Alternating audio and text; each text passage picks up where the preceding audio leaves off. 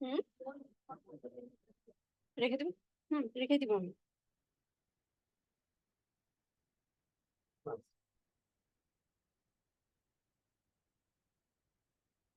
সাবধানে করো, সমস্যা নেই।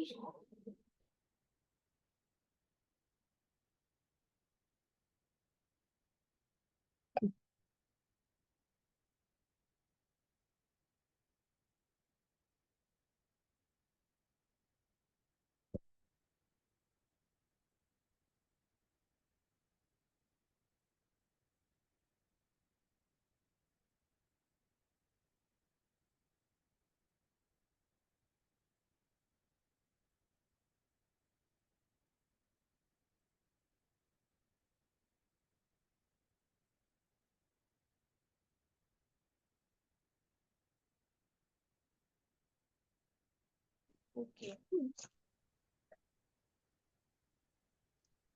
লিপো দিয়ে এসেছে আজকে। আটকে দিও।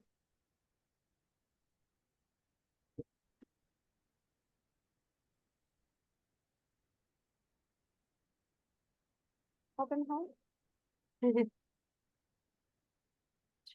আচ্ছা,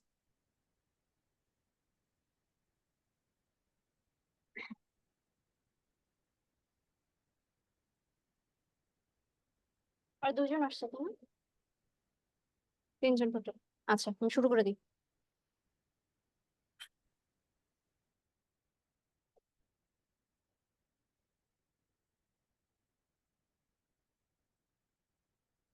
রেকর্ড তো অন করছো? হুম। আচ্ছা।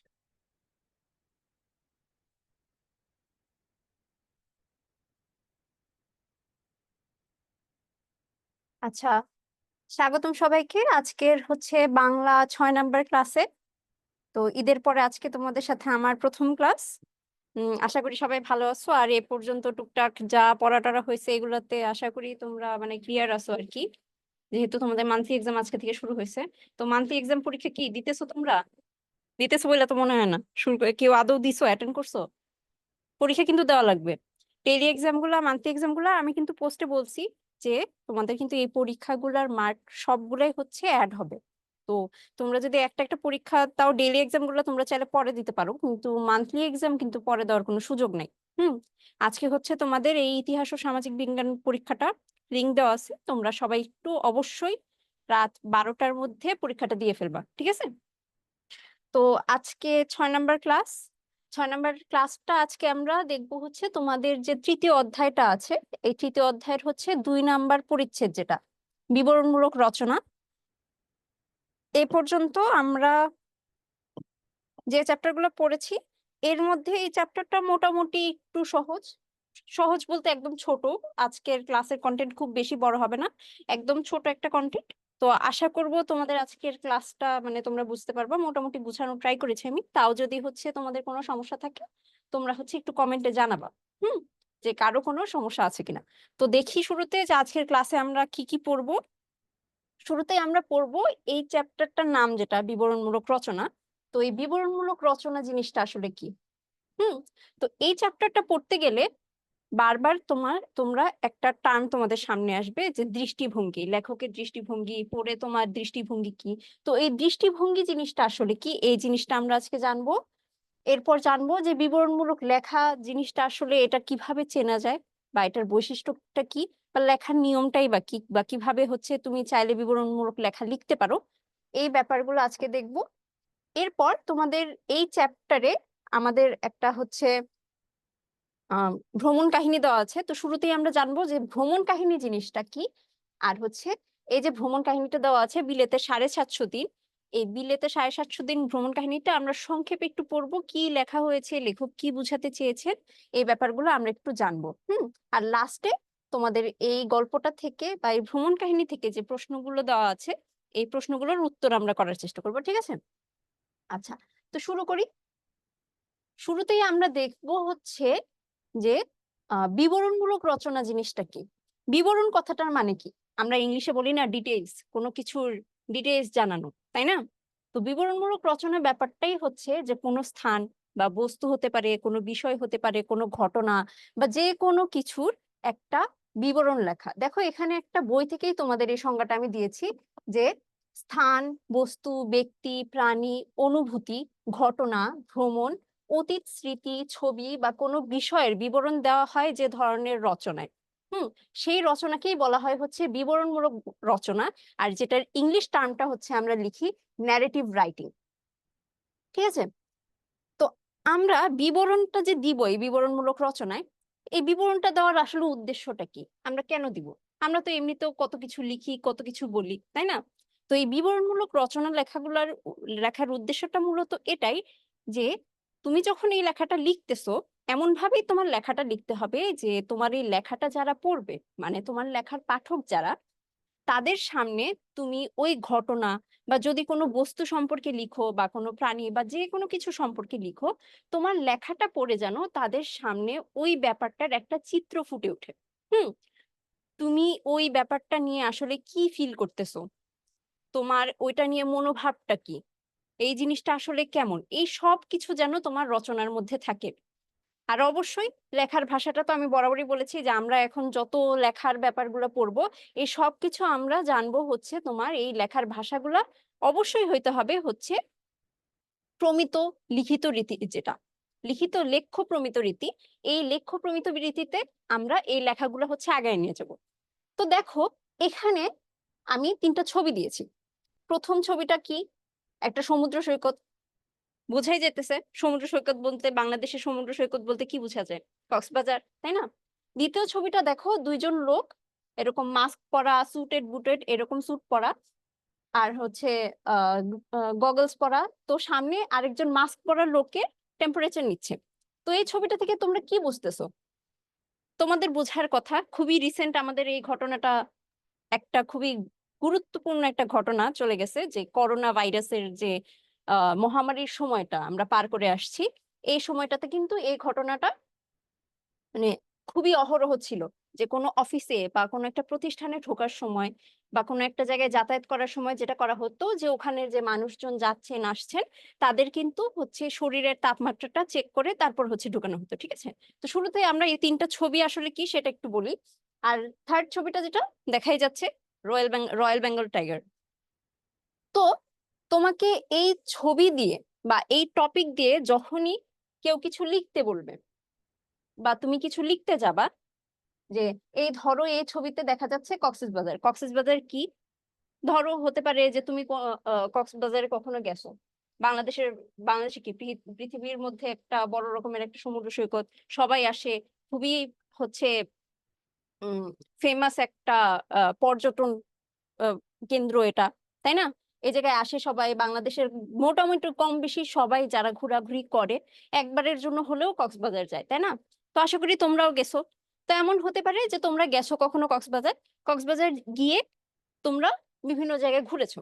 হুম তো এই বিভিন্ন জায়গায় ঘোরার পরে তুমি কি করলা, এই তোমার যে এই ঘোরাঘুরিটা হলো, এই ঘোরাঘুরির একটা অভিজ্ঞতা তুমি লিখবা, বা ওই জায়গাটা আসলে কেমন, ওই জায়গায় আসলে কি কি আছে, কই কি পাওয়া যায়, কেন আসলে এত মানুষ ঘুরতে আসে, তোমার ওখানে ঘুরে কেমন লাগছে, এই ব্যাপারগুলা ধরো তুমি লিখলা। এই যে লিখলা, তুমি তোমার মতো করে গুছিয়ে সাজিয়ে লিখলা, যে এটাই হচ্ছে মূলত বিবরণমূলক রচনা। বিবরণমূলক রচনার ক্ষেত্রে এই ব্যাপারটা সবসময় অবশ্যই থাকতে হবে, লেখার মধ্যে তোমার স্বকীয়তাটা থাকতে হবে, মানে তোমার নিজের ভাষা, তোমার নিজের অনুভূতি, তোমার নিজের হচ্ছে আহ কি বলে অভিজ্ঞতা যেটা হয়েছে সেটা। তো দ্বিতীয় এটা যেটা, এটা হতে পারে কোনো একটা ঘটনা বা অতীত স্মৃতির একটা বিবরণ, তাই না? কোনো একটা ঘটনা বলতে এই যে বললাম যে আমরা যে মহামারীর সময়টা পার করে আসছি, তো এই ছবিটার ভিত্তিতে তুমি কি বলতে পারো যে করোনা ভাইরাস যখন হচ্ছে অনেক বেশি আকারে ছড়িয়ে গিয়েছিল, একদম শেষ পর্যন্ত এমন একটা অবস্থা হয় যে মহামারীর রূপ নেয়। তো ওই সময় যেটা হয় যে এরকম যে যে কোনো জায়গায় আসা যাওয়া করতে হলে এরকম যেটা করতে হতো, যে শরীরের তাপমাত্রা মেপে তারপর ঢুকতে দেওয়া হতো, যে আসলেই সামনের ব্যক্তি করোনা ভাইরাসে আক্রান্ত কিনা, তাই না? এই জিনিসগুলো কিন্তু চেক করা হতো। তো এটার যদি ওই সময় আসলে তুমি কি ফিল করতা, ওই সময় তুমি কি কি ফেস করেছো, তোমার যে স্কুল বন্ধ ছিল, পড়াশোনার এত ক্ষতি হয়েছে, তোমরা ভয়ে ভয়ে থাকতা, বাসায় এত আহ, মানে ভয়াবহ একটা পরিবেশ বিরাজ করতো, যে যে না জানি কখন কার কি হয়ে যায়, তাই না? তো এই ব্যাপারগুলো যে ছিল, এই সবকিছুর যদি কখনো বিবরণ লেখো, এটা হতে পারে যে এই ছবিটা নিয়ে বা এই ঘটনাটা নিয়ে একটা বিবরণমূলক রচনা। আর তৃতীয়ত যেটা হতে পারে যে ধরো কোনো একটা পশু সম্পর্কে লিখতে বলছে তোমাকে, রয়্যাল বেঙ্গল টাইগার সম্পর্কে, হ্যাঁ। তো রয়্যাল বেঙ্গল টাইগারটা কই দেখা যায়? দেখা যায় হচ্ছে সুন্দরবনে, বাংলাদেশের সুন্দরবনে আছে আমাদের রয়্যাল বেঙ্গল, বাংলাদেশের জাতীয় পশু এটা। এই পশুটা দেখতে এরকম, তাই না? হয়তো তুমি সামনে থেকে দেখেছো, বা সামনে থেকে না দেখলেও হয়তো চিড়িয়াখানায় দেখেছো। এই পশুটা আসলে কিভাবে থাকে, ওর খাদ্যাভ্যাস কি, এই ব্যাপারগুলোর বিবরণ যদি তুমি কখনো লেখো, সেটা হতে পারে যে কোনো একটা পশু নিয়ে বিবরণ লেখা বা প্রাণী নিয়ে বিবরণ বিবরণ লেখা, তাই না?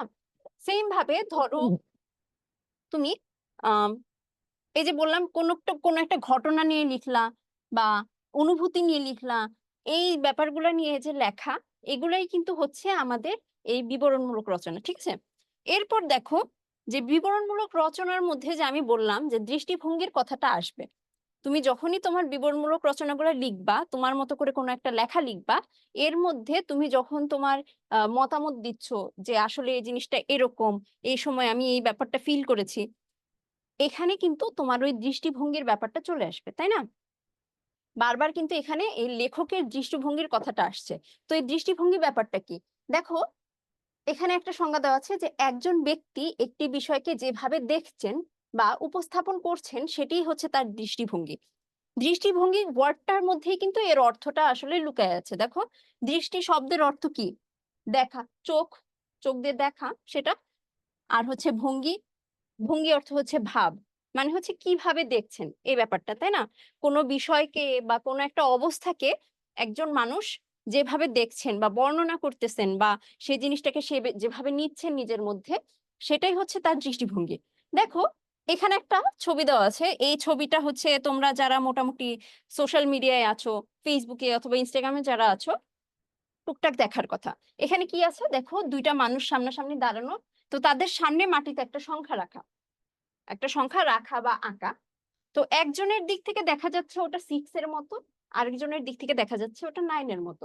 দুইজনই কিন্তু তাদের জায়গায় সঠিক। দৃষ্টিভঙ্গি ব্যাপারটাই হচ্ছে এটা। তোমার সাথে আরেকজনের দৃষ্টিভঙ্গি নাও মিলতে পারে, কিন্তু এর মানে এই না যে তুমি ভুল বা সে ভুল। এক একটা মানুষের চিন্তা করার ধরন যেহেতু আলাদা, সে মানুষ হিসেবে যেহেতু আলাদা, তাদের দৃষ্টিভঙ্গিটা কিন্তু ডিফারেন্ট হবে। এই ব্যাপারটাই যখন সে লিখতেছে কিছু বা কোনো কিছু নিয়ে তার মতামত দিচ্ছে, তার মতামত, এর জন্যই কিন্তু সবার মতামত সবসময় মিলে না। আমরা কিন্তু যখন মানুষের সাথে কথাবার্তা বলি বা যোগাযোগ করি, আমরা কিন্তু এই ব্যাপারটা দেখি যে সবার সাথে কিন্তু সবার মতামত মিলে না, তাই না? এটা তোমাদের অবশ্যই ফিল করার কথা। তো এই দৃষ্টিভঙ্গি জিনিসটাও কিন্তু হচ্ছে এরকম যে এক একজন এক একটা ব্যাপারকে এক একভাবে দেখবে, এক একভাবে বর্ণনা করবে। তুমি সেটা পড়তেছো, ধরো কোনো একটা লেখা তুমি পড়তেছো, তোমার ওই লেখাটা পড়ে তোমার কি মতামত, লেখকের মতামতের সাথে তুমি কি একমত কি না, বা তোমার আলাদা কোনো দৃষ্টিভঙ্গি আছে কিনা, বা লেখক আসলে কি দৃষ্টিভঙ্গিটা বুঝাতে চাচ্ছেন, তার কোন দৃষ্টিভঙ্গিটা এখানে প্রতিফলিত হয়েছে, এই ব্যাপারটা তুমি ধরতে পারতেছো কিনা, এটাই কিন্তু এই পুরো লেখার আসলে উদ্দেশ্য, আর এই পুরো কথাটা বলার উদ্দেশ্য। তো দেখো, এই যে দৃষ্টিভঙ্গি, দৃষ্টিভঙ্গি জিনিসটা আসলে মানুষের কেন ডিফারেন্ট হয়। প্রথমত দেখো, একটা পয়েন্ট আমি রেখেছি যে লেখকের দৃষ্টিভঙ্গি তার মূল্যবোধ, অভিজ্ঞতা এবং শিক্ষার সঙ্গে ঘনিষ্ঠভাবে সম্পর্কিত। মূল্যবোধ, অভিজ্ঞতা, শিক্ষা। ধরো, তোমার বাসায় উম তোমার হচ্ছে আহ দাদা, হুম, যাদের দাদা দাদি বেঁচে আছেন বা হচ্ছে একই বাসায় থাকে, ধরো তোমার দাদা একটা ব্যাপারকে একভাবে দেখছেন, তোমার বাবার কিন্তু হতে পারে যে ওই ব্যাপারটা নিয়ে তার ধারণাটা ডিফারেন্ট। কারণ কি, তোমার দাদা আর তোমার বাবার বয়সের মধ্যে কিন্তু একটা পার্থক্য আছে। অথবা ধরতে পারো যে তোমার বাবা আর তোমাদের দুইজনের কিন্তু এই চিন্তা ভাবনা বা তোমাদের দুইজনের কোনো একটা ব্যাপার নিয়ে দৃষ্টিভঙ্গির মধ্যে কিন্তু পার্থক্য থাকতে পারে। অনেক সময় হয় না যে বাবা মার সাথে আমাদের কিছু ব্যাপার নিয়ে মন কষাকষি হয়ে যায়, যে না, আমি একটা জিনিস এমন ভাবে বুঝাতে চাচ্ছি কিন্তু আমার বাবা মা বুঝতেছে অন্যভাবে। তো এই যে আমাদের তারা দেখা যায় যে যে জিনিসটা বুঝতেছেন, তারা বুঝতেছেন তাদের অভিজ্ঞতা দিয়ে, তারা দুনিয়া দেখেছেন যে আহ দুনিয়া আসলে এরকম, মানুষ এত খারাপ, এই সেই। আমরা দেখেছি, আমরা আমাদের মতো করে দেখতেছি যে না, আমাদের ফ্রেন্ড সার্কেল আছে, আমরা এভাবে ঘুরতে চাই, এভাবে চলতে ফিরতে ফিরতে চাই, তাই না? তো এই যে ব্যাপারটা যে মূল্যবোধ, আমাদের অভিজ্ঞতা, আমরা কতটুকু দেখেছি বা আমাদের শিক্ষা কতটুকু জানি আমরা, এই ব্যাপারগুলা কিন্তু মানুষের দৃষ্টিভঙ্গির উপর একটা ইফেক্ট ফেলে। হুম। আবার দেখো, ধরো তুমি এই সময়ের, এই যুগের একটা মানুষ, সেম ভাবে আরো 20-40 বছর আগের যারা ছিল, তোমাদের এই দুই জেনারেশনের মধ্যে দৃষ্টিভঙ্গিটা কিন্তু আসলে অনেক ডিফারেন্ট হবে। এখানে সময়েরও একটা ব্যাপার থাকে, যুগের একটা ব্যাপার থাকে। এই সব কিছুর ইফেক্টই কিন্তু পরে হচ্ছে একটা মানুষের দৃষ্টিভঙ্গি গঠন করার মধ্যে, তাই না? আচ্ছা, কোনো কিছুর বিবরণ দিতে গিয়ে লেখক প্রত্যক্ষ বা পরোক্ষভাবে এই দৃষ্টিভঙ্গির প্রতিফলনটা ঘটান। ধরো এই বিবরণমূলক রচনার কথাটা যে বলতেছি, তখন কিন্তু লেখক যেটা করে যে সে তার নিজের মনের মতো করে একটা ব্যাপারকে উপস্থাপন করে, সেখানে সে তার মতামত দেয়। এই যে সে তার মতামত দিচ্ছে, উপস্থাপন করতেছে, এই ব্যাপারটা কিন্তু হচ্ছে এখানে তার দৃষ্টিভঙ্গিটার প্রতিফলন ঘটতেছে। সে আসলে কি অভিজ্ঞতা পাচ্ছে, কি দেখেছে এ পর্যন্ত, কেমন ফিল করতেছে, এর জন্যই কিন্তু একজনের সাথে আরেকজনেরটা কখনোই মিলবে না লেখা। আচ্ছা, এই দৃষ্টিভঙ্গি অনেক সময় পাঠককে প্রভাবিত করতে পারে। এমন হয় না অনেক সময় যে ধরো আমরা কোনো একটা বই পড়েছি, বা বইয়ের কথা আমি যদি বাদই দিই, যেহেতু এই জেনারেশনের বাচ্চা কাচ্চাদের, আমিও বাচ্চা কাচ্চার মধ্যে, কিন্তু তারপরেও দেখা যায় যে এই জেনারেশনের যারা আছে, তারা দেখা যায় যে বই পড়ার চেয়ে তারা সোশ্যাল মিডিয়ায় লেখা বা কিছু একটা পড়া, এই ব্যাপারটা কিন্তু দেখা যায় বেশি পছন্দ করে, তাই না? তো এই যে ধরো সোশ্যাল মিডিয়ায় লেখার ব্যাপারটাই আমি ধরলাম, সেখানেও কিন্তু একজন মানুষ বা একজন ব্যক্তি যা লিখছেন, সেখানে কিন্তু তার দৃষ্টিভঙ্গিটা প্রতিফলিত হচ্ছে, তাই না? আমরা, সে তার দৃষ্টিভঙ্গি যা, সেভাবেই একটা ব্যাপারকে সে গুছাচ্ছেন, গুছিয়ে আমাদের সামনে উপস্থাপন করতেছেন, তাই না? তো এই যে দেখা যায় যে এই যে লেখা, এই লেখা পড়ে অনেক সময় দেখা যায় যে আমরা ওই লেখা থেকে কিন্তু প্রভাবিত হই, যে না, উনি যা বলছেন এটা হয়তো সঠিক, আমার জীবনের সাথে মিলে যাচ্ছে, আমার মতাদর্শের সাথে মিলে যাচ্ছে। এই ব্যাপারটাই এখানে বলা হয়েছে যে এই লেখকের যে দৃষ্টিভঙ্গি, এটা এমন হতে পারে যে অনেক সময় পাঠককে প্রভাবিত করতে পারে। বা অনেক সময় বলে না যে মানুষ একজনের লেখা পড়ে বা একজনের কথা শুনে হচ্ছে ইনফ্লুয়েন্স হয়ে যায়। হুম। এই ব্যাপারটাও কিন্তু সত্যি, তাই না? আচ্ছা, এরপর দেখি হচ্ছে বিবরণমূলক লেখাগুলা যে, এই যে এত কিছু বলতেছি যে বিবরণমূলক লেখা এমন হয় অমন হয়, কিন্তু আসলে বিবরণমূলক লেখার বৈশিষ্ট্যটা কেমন, আর বিবরণমূলক লেখা দেখতেই বা কেমন, বা হচ্ছে এগুলো আমি লিখবো কিভাবে? ধরো তোমাকে কোনো একটা বিবরণমূলক লেখা লিখতে দিল, একটা ছবি দিল, দিয়ে বলল এটার থেকে তুমি একটা বিবরণমূলক রচনা রচনা করো, ঠিক আছে, বা বিবরণমূলক রচনা লেখো। তো দেখো, শুরুতে যেটা হবে যে তুমি যখন একটা বিবরণমূলক লেখা বা যে কোনো ধরনের লেখাই লিখতে যাও, কিন্তু এখানে যেহেতু এটা আলোচনা হচ্ছে, তুমি যখনই একটা বিবরণমূলক লেখা লিখতে যাবা, তোমার ভাষা হতে হতে হবে অবশ্যই স্পষ্ট, সংক্ষিপ্ত এবং সুনির্দিষ্ট। কোনো এলোমেলো কথা বলা যাবে না। খুবই স্পষ্ট ভাষায় তোমার লেখাগুলো উপস্থাপন করতে হবে। প্রথমে তুমি যেটা করবা যে তুমি যা লিখতে চাচ্ছ সেটা মাথায় সাজাবা, সাজিয়ে সেটা স্পষ্টভাবে লিখবা, স্পষ্ট ভাষায় লিখবা, যাতে হচ্ছে তোমার লেখাটা পড়ে যে পড়তেছে বা যিনি পড়তেছে তিনি যেন বুঝতে পারেন যে আসলে তুমি কি বুঝাতে চাচ্ছ। আচ্ছা, এরপর যেটা, তোমার লেখার ভাষাটা হতে হবে হচ্ছে প্রাঞ্জল। প্রাঞ্জল মানে কি? প্রাঞ্জল মানে হচ্ছে, খুব সহজ ভাষায় যদি বলি, সহজ সরল। প্রাণচঞ্চল মানে হচ্ছে তুমি তোমার লেখার মধ্যে কোনো এমন ওয়ার্ড বা এমন বাক্য ব্যবহার করবা না যেটা পড়ে সামনের জন বুঝতেই পারলো না যে তুমি আসলে কি বুঝাতে চাচ্ছ। এত কঠিন একটা ব্যাপার সামনের মানুষের জন্য খুব কঠিন হয়ে যায়, এমন কোনো ব্যাপার তোমরা লেখার মধ্যে ব্যবহার করবা না। খুব সহজ ভাষায় একটা লেখা লিখবা। তো প্রথমেই যেটা করতে হবে তোমাকে হচ্ছে, তুমি কোন বিষয়ে লিখবা তোমার এই বিবরণমূলক রচনাটা, তোমাকে সেই বিষয়টা নির্ধারণ করতে হবে। হয়তো কোনো পরীক্ষায় লেখার ক্ষেত্রে যেটা হতে পারে যে তোমাকে বিষয়টা বলে দিল যে এই বিষয়ের উপর একটা বিবরণমূলক রচনা লিখো, অথবা কোনো একটা ছবি দিয়ে দিতে পারে যে এটার উপর একটা ন্যারেটিভ রাইটিং বা বিবরণমূলক রচনা তুমি লেখো, যে তুমি ছবিটা দেখে আসলে কি বুঝতেছো। হুম। তো সেখান থেকে তুমি তোমার বিষয়টা পেয়ে যাবা। বিষয় নির্ধারণ করার পর সেই বিষয়টা সম্পর্কে তোমার পরিপূর্ণ ধারণা নিতে হবে। এখন এমন যদি হয় যে তুমি নিজের অভিজ্ঞতা থেকে কোনো একটা বিবরণমূলক রচনা লিখতে যাচ্ছ বা লিখতে চাচ্ছ, সেক্ষেত্রে যেটা হবে যে তুমি অবশ্যই লেখার আগে সেই ব্যাপারটা সম্পর্কে পুরোপুরি জেনে নিবা, তাই না? নিজে লেখার সময় তো তখন অবশ্যই আস্তে ধীরে জানা যাবে, কিন্তু যদি এমন হয় যে কোনো একটা কাজ দেওয়া হলো তোমাকে, বললাম পরীক্ষার কথা, বা হোমওয়ার্ক বা অ্যাসাইনমেন্টে যদি দেওয়া হয় কখনো, তো সেক্ষেত্রে যেটা হবে যে ওই ছবি বা ওই বিষয় সম্পর্কে শুরুতেই তোমার পুরোপুরি জেনে নেওয়া লাগবে যে আসলে এই জিনিসটা কি।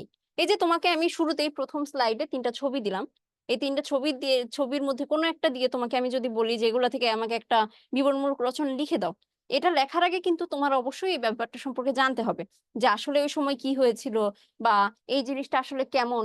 এগুলো না জেনে কিন্তু তুমি ওই ব্যাপারটার একটা বর্ণনা লিখতে পারবা না, তাই না? আচ্ছা, এরপর যেটা করতে হবে, তোমার এই বিষয়টা যে নির্বাচন করেছে ওই বিষয়ের সঙ্গে মিল রেখে তোমার একটা সুন্দর সংক্ষিপ্ত এবং অর্থবহ শিরোনাম দিতে হবে। শিরোনাম বলতে কি, হেডলাইন বা তোমার লেখাটার একটা নাম দিতে হবে। আমরা যখন আগে ছোটবেলায় গ্রামার পড়তাম না, গ্রামারের নির্মিত অংশে আমাদের রচনা লেখা ছিল, রচনা বা অনুচ্ছেদ লিখতাম যে আমরা আমরা কিন্তু রচনা বা অনুচ্ছেদ লেখার আগে উপরে একটা হেডলাইন দিতাম, যদিও সেটা ওই স্কুল থেকেই নির্ধারণ করা থাকতো, কিন্তু তারপরেও আমরা কিন্তু দিতাম।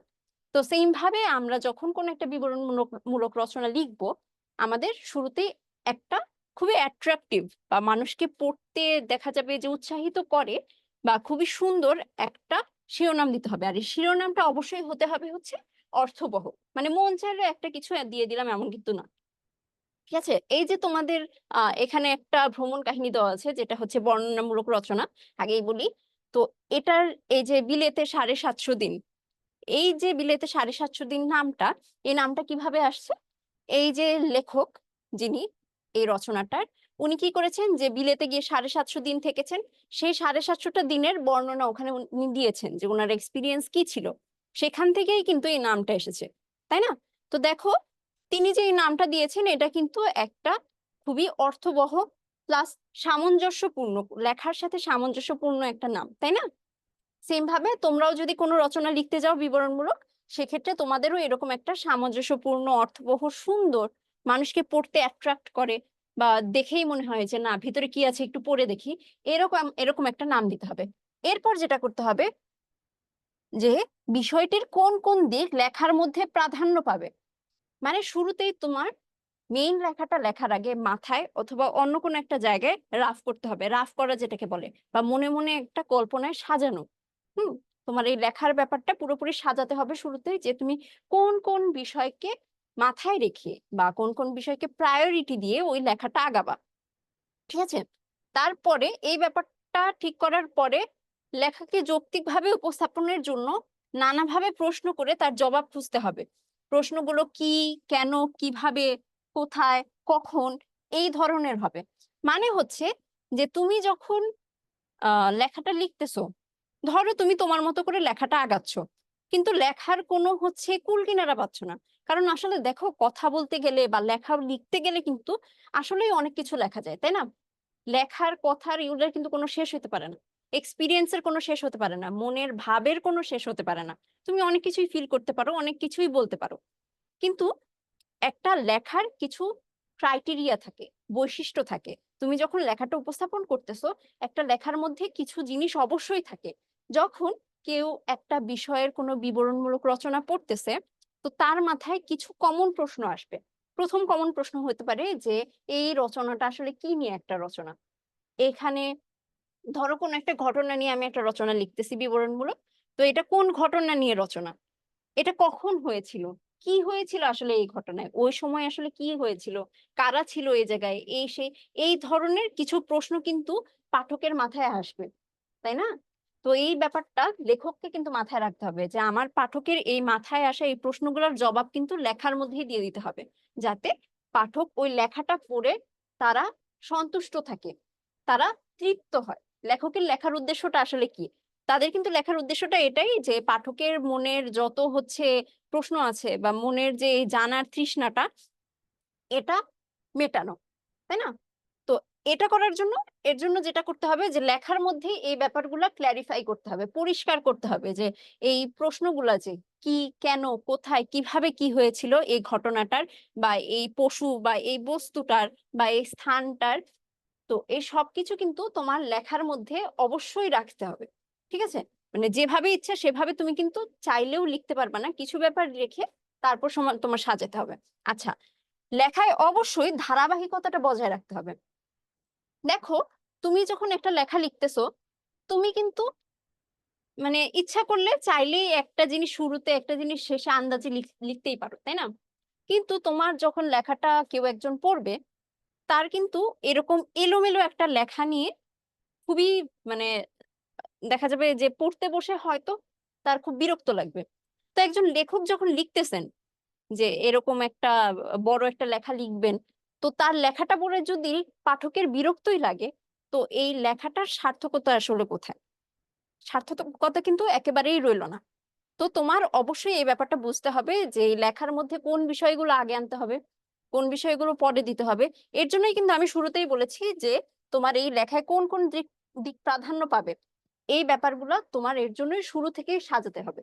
সাজিয়ে তারপরে ওই অনুযায়ী তুমি হচ্ছে লেখাটাকে পুরোপুরি শুরু থেকে শেষ পর্যন্ত সাজিয়ে বর্ণনা করবা, ঠিক আছে? আচ্ছা, এ ধরনের লেখায় লেখকের দৃষ্টিভঙ্গি, চিন্তা আর অনুভূতি প্রকাশ পাবে। তো তুমি যখন এই ধরনের বিবরণমূলক লেখার রচনাগুলো লিখতেছো, তোমার কিন্তু এখানে এই যে আমি বলেছিলাম যে তুমি এখানে তুমি কি অভিজ্ঞতা পেয়েছো, কি দেখেছো, বা তুমি একটা জিনিস নিয়ে কি ভাবতেছো, সেই ব্যাপারগুলো কিন্তু তোমার এই ধরনের রচনার মধ্যে হচ্ছে আসবে বা থাকবে। ঠিক আছে, ওই কথাটা এখানে লেখা আছে। ধরো যে তুমি একটা রচনা লিখেছো, এটার লাস্টে ওই ব্যাপারটা নিয়ে তোমার আসলে মতামত কি, তোমার আসলে এক্সপেকটেশনটা কি, তুমি এখান থেকে কি চাও বা কেমন লেগেছে এই ব্যাপারটা, কোন একটা জায়গা থেকে ঘুরে এসেছো, ওই জায়গা নিয়ে তুমি একটা বিবরণমূলক রচনা লিখেছো, কি চাও বা কেমন লেগেছে তোমার কাছ থেকে, তুমি যখন ঘোরাঘুরি করলা বা ওখানে যখন ছিলা, তখন তোমার কেমন লাগছিল, এই ব্যাপারগুলো কিন্তু তোমার হচ্ছে এই রচনার মধ্যে থাকতে হবে। আর লেখার মূল বিবরণের পাশাপাশি শুরু ও শেষটা আকর্ষণীয় রাখতে হয়। ঠিক আছে, মূল বিবরণের পাশাপাশি বলতে হচ্ছে তুমি হচ্ছে এই লেখার মাঝখানে যা যা লিখবা, মেইনলি এক তো শিরোনামটা আকর্ষণীয় হতে হবে, সেটা আমি বলেছিলাম। তো লেখার একদম শুরু, যেটা হচ্ছে ভূমিকা বলতে পারো, আমরা যখন রচনা লিখতাম তখন লিখতাম না ভূমিকা বা সূচনা, তারপর লাস্টে যা লিখতাম উপসংহার, এরকম পয়েন্ট পয়েন্ট নাম লিখে তো আর এখন রচনা লিখি না আমরা। তো তারপরেও এখানে যে একদম শুরুর ব্যাপারটা আছে, যে স্টার্টিংটা, আমার লেখার একদম শুরুটা, সেটা হতে হতে হবে আকর্ষণীয়, যেন পড়েই বোঝা যায় যে তুমি আসলে কি নিয়ে লিখতে চাচ্ছ, তোমার লেখার বিষয়বস্তুটা কি। হুম, ওই জিনিসটা। আর হচ্ছে শেষটা, যেখানে তোমার মতামত থাকবে, এই ব্যাপারগুলো যেন আকর্ষণীয় হয়, যাতে তোমার যে লেখার যে পাঠক, তারা যেন পড়ে মজা পান। ঠিক আছে, আর হচ্ছে অনুচ্ছেদ সংখ্যা কম বা বেশি হতে পারে। তুমি লেখার মধ্যে কতগুলো অনুচ্ছেদ থাকবে, মানে কয়টা প্যারা প্যারা প্যারা প্যারা কয়টা থাকবে, এই ব্যাপারটা কিন্তু ফিক্সড না। যদি হচ্ছে ধরো স্কুলে কখনো ফিক্সড করে কিছু একটা দেয়, কাজ দেয়, সেই ক্ষেত্রে হয়তো ফিক্সড হতে পারে, কিন্তু তুমি নিজে যখন লিখতে যাবা, তখন কিন্তু তোমার লেখার প্রয়োজন অনুযায়ী তুমি চাইলে লেখার মধ্যে অনুচ্ছেদ সংখ্যা কম বেশি করতে পারবা। ঠিক আছে, আচ্ছা, এই গেল হচ্ছে আমাদের বিবরণমূলক রচনা লেখার হচ্ছে বৈশিষ্ট্য, নিয়ম, কিভাবে আসলে লিখতে হয় বা রচনাটা আসলে কেমন হয়। আমি কিন্তু পুরোটাই হচ্ছে মোটামুটি বোঝানোর ট্রাই করেছি। তো তোমাদের বইয়ে বিবরণমূলক রচনা বলতে, বিবরণমূলক রচনা কিন্তু আসলে অনেক ধরনেরই হতে পারে। আমি কিন্তু শুরুতেই বললাম যে কোনো একটা বস্তুর বিবরণ হতে পারে, কোনো একটা প্রাণীর বিবরণ হতে পারে, স্থানের বিবরণ হতে পারে, কোনো একটা ছবির বিবরণ হতে পারে, এরকম অনেক কিছুরই বিবরণ হতে পারে, কোনো ব্যক্তির বিবরণ, বা কেউ কোথাও থেকে ঘুরে এসেছো এরকম কোনো একটা কিছুর বিবরণ। জাস্ট ডেসক্রিপশন লিখবা, তুমি বর্ণনা লিখছো, এমন কোনো কিছু হলেই কিন্তু সেটা বিবরণমূলক রচনা, সেখানে তোমার মতামতটা থাকবে, এই তো। তো তোমাদের বইতে বিবরণমূলক রচনা হিসেবে একটা ভ্রমণ কাহিনী রাখা হয়েছে। তো ভ্রমণ কাহিনী ব্যাপারটা কি? ভ্রমণ কাহিনী ব্যাপারটা হচ্ছে যে রচনা ভ্রমণের সময় একজন ভ্রমণকারীর অভিজ্ঞতা, পর্যবেক্ষণ এবং প্রতিফলনকে ধারণ করে।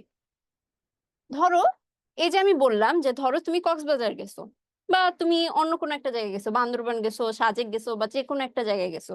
তো ওই জায়গায় যে তোমার আসলে কেমন অভিজ্ঞতা হয়েছে, তোমার কেমন লাগছে? ধরো কক্সবাজার যে তোমার সমুদ্র সৈকতের আশেপাশে তুমি বসেছিলা, ওখানে তোমার পানি দেখে খুব ভালো লাগতেছিল, সূর্যাস্ত তুমি দেখেছো, সেটা খুবই মোহনীয় লাগছে তোমার কাছে, ওখানের যে মুক্ত বাতাস, এই জিনিসগুলো তোমার কাছে খুব ভালো লেগেছে। অথবা এমন হতে পারে যে এমন একটা মানুষ গেছে কক্সবাজার যার পানিই পছন্দ না, হতে পারে না, পানি একেবারেই পছন্দ না, আমার মতো একদম ওয়াটার ফোবিয়া, এই সেই পানি দেখে ভয় পায়, পানির আশেপাশে যায় না। তো এই ধরনের একটা মানুষকে কক্সবাজারে নিয়ে ছেড়ে দিলে সে কিন্তু একেবারেই মজা পাবে না, তাই না? তো এরকম প্রত্যেকটা মানুষের কিন্তু এক একটা জিনিসের বা এক এক একটা জায়গায় যাওয়ার অভিজ্ঞতাটা ডিফারেন্ট হয়। যে কোনো একটা খুব সুন্দর খুব ভালো একটা জিনিসেরও হয়তো তোমার কাছে ভালো, তোমার কাছে খুব সুন্দর, কিন্তু হতে পারে এই ব্যাপারটা অন্য আরেকটা মানুষের কাছে অন্যরকম, তার কাছে ডিফারেন্ট লাগতেই পারে। তো এই যে তার কাছে অভিজ্ঞতা, এই অভিজ্ঞতাটা যে এটা কিন্তু ডিফারেন্ট হইতে পারে। তো ভ্রমণের সময়ও সেম, এটাই আমি তোমাদের বুঝাইলাম। এরপর তার পর্যবেক্ষণ, এই যে গেছো কক্সবাজার, কক্সবাজার দিয়ে তুমি আসলে কি কি দেখেছো, ওইখানের পরিবেশটা তুমি কেমন দেখেছো? অনেক অনেক পর্যটক দেখেছো, এখন আসলে কক্সবাজারের আসল সৌন্দর্যটা নষ্ট হয়ে যাচ্ছে, সেটা দেখেছো, তাই না? অনেক অনেক দোকান দেখেছো, এখানে এত এত জিনিস পাওয়া যায়, সবাই এত এত আচার কিনে নিয়ে আসে, এগুলো দেখেছো। ওখানের হোটেল গুলো দেখেছো, খাওয়ার ব্যাপারটা কেমন, ওখানে সি ফুড গুলো অনেক বেশি পাওয়া যায়, এই জিনিসগুলো দেখেছো। এইটাই হচ্ছে তোমার সেই পর্যবেক্ষণটা। আর প্রতিফলন কি, যে ঘুরে আসলে তোমার কেমন লেগেছে, তুমি আসলে আহ এই জিনিসটা নিয়ে তোমার এক্সপেকটেশন কি ছিল সেটা পূরণ করতে পারছে কিনা, বা তোমার খুব ভালো লেগেছে কিনা বা তোমার খারাপ লেগেছে কিনা। মানে মেইনলি হচ্ছে তোমার এই ব্যাপারটা নিয়ে তোমার দৃষ্টিভঙ্গিটা কেমন, এই জিনিসটা তোমার যে ধরনের রচনার মধ্যে আমরা এই ভ্রমণ নিয়ে এইসব জিনিস হচ্ছে লিখি, সেটাই হচ্ছে আমাদের ভ্রমণ কাহিনী। তো ভ্রমণ কাহিনী চেনার বা ভ্রমণ কাহিনীর কিছু হচ্ছে নিজস্ব বৈশিষ্ট্য আছে। হুম, এই নিজস্ব বৈশিষ্ট্যের মধ্যে ধরো আমি এখানে চারটা পাঁচটা বৈশিষ্ট্য রেখেছি। এগুলো হচ্ছে মূল বৈশিষ্ট্য। এর মধ্যে থাকে, শুরুতেই থাকবে ভ্রমণ কাহিনীর মধ্যে অবশ্যই কোনো একটা বা বিভিন্ন স্থানের বর্ণনা থাকবে, তাই না? ভ্রমণ যেহেতু, অবশ্যই কোনো একটা স্থানে ঘুরতে গিয়ে সেটার বর্ণনা আমি লিখেছি, তাই না? তো এরকম কোন একটা বিশেষ স্থানের বর্ণনা থাকবে, কোন স্থানের পরিবেশ, প্রকৃতি, ইতিহাস এইসবের ধারণা থাকবে হচ্ছে আমাদের ভ্রমণ কাহিনীর মধ্যে। তো যখনই দেখবা কোনো রচনার মধ্যে এইসব জিনিসের উল্লেখ আছে, তো তুমি ধরে নিতে পারো যে হয়তো এটা একটা ভ্রমণ কাহিনী। তারপর লেখকের নিজস্ব অভিজ্ঞতা আর নিবিড় পর্যবেক্ষণ, ওই জায়গায় গিয়ে লেখক যিনি যিনি লিখতেছেন বিবরণমূলক রচনাটা বা ভ্রমণ কাহিনীটা, তার কি ধরনের অভিজ্ঞতা হয়েছিল, আর হচ্ছে উনি কি কি পর্যবেক্ষণ করেছেন বা দেখেছেন, এই ব্যাপারগুলো থাকবে কিন্তু হচ্ছে এই ভ্রমণ কাহিনীর মধ্যে। লেখকের নিজস্ব দৃষ্টিভঙ্গি থাকবে। নিজস্ব দৃষ্টিভঙ্গি বলতে কি, যে উনি আসলে ব্যাপারটা নিয়ে কেমন ফিল করেন। ধরো এই যে তোমাদের বিলেতে 750 দিন তোমাদের এই রচনাটা যে আছে, তো এই রচনার মধ্যে দেখা গেছে যে লেখক যিনি আছেন মোহাম্মদ আব্দুল হাই, মোহাম্মদ আব্দুল হাই উনি এই 750 দিন বিলেতে ছিলেন, মানে লন্ডনে ছিলেন। তো লন্ডনের কিছু ব্যাপার ওনার অনেক ভালো লেগেছে, কিছু ব্যাপার হয়তো কিছুটা খারাপ লেগেছে, কিছু ব্যাপারের সাথে খাপ খাওয়াতে কষ্ট হচ্ছে। এই ব্যাপারগুলো কিন্তু তিনি সবই তুলে ধরেছেন এই বিলেতে 750 দিন রচনাটার মধ্যে, ঠিক আছে? এই যে তিনি তার এই অভিজ্ঞতাগুলো তুলে ধরলেন, তার ভালো লাগা খারাপ লাগা এই ব্যাপারগুলো তুলে ধরেছেন, এটাই কিন্তু হচ্ছে লেখকের নিজস্ব দৃষ্টিভঙ্গি।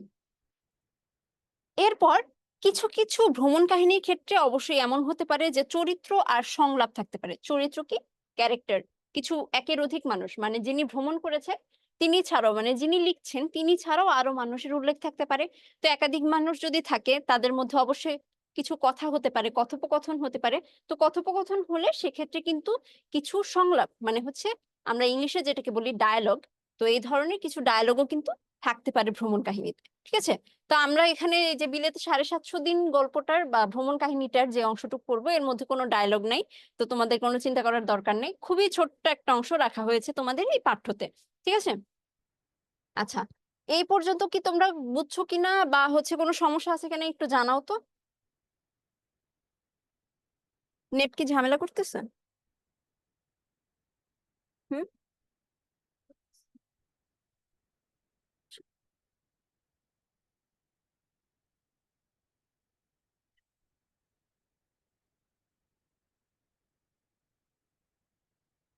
এর এসে এসে চলে যায়, তাই না?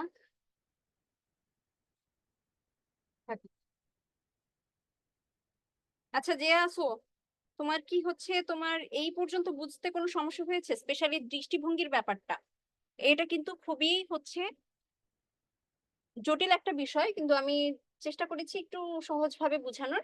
এই ব্যাপারগুলো নিয়ে কারো কোনো সমস্যা আছে কিনা একটু বলো। আমার তো জুম থেকেই বের করে দিছে, ফোনে মানে দেখা যাচ্ছে না আর কি।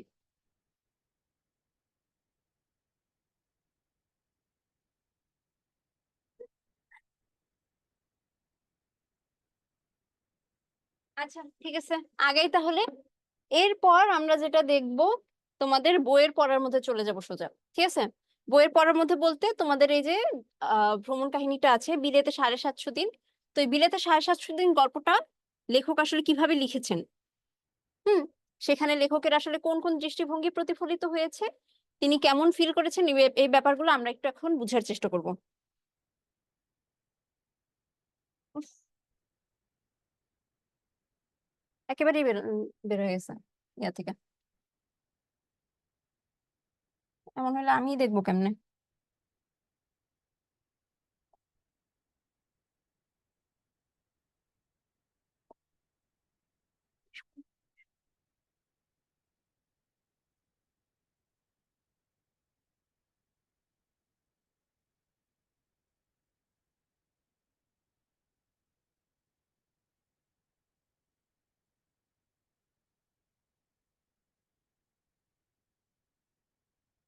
হুম, দেখা যায় কি?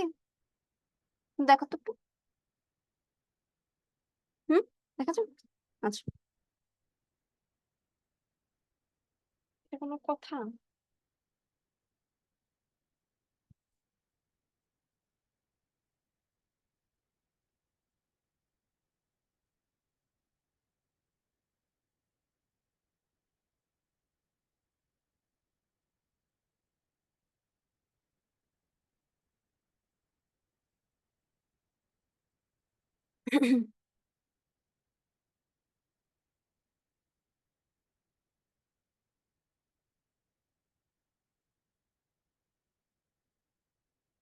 আচ্ছা, এই যে বিলেতে 750 দিন রচনাটা আছে, এটার মধ্যে আসলে কি কি আছে এটা আমরা একটু দেখবো এখন।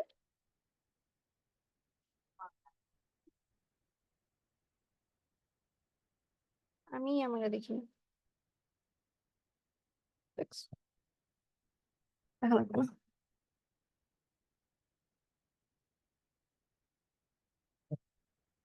দেখতে আসছিলাম যে ঠিক মতো দেখা যায় কিনা। আমার এখানে নেটে খুব ঝামেলা করতেছে, মানে পুরাই চোখে দেখতেছি না আমি, তাই না? মানে তুমি একটু পিসিতে দেখো যে হচ্ছে দেখা যাচ্ছে কিনা। দেখা যাচ্ছে? আচ্ছা, ঠিক আছে।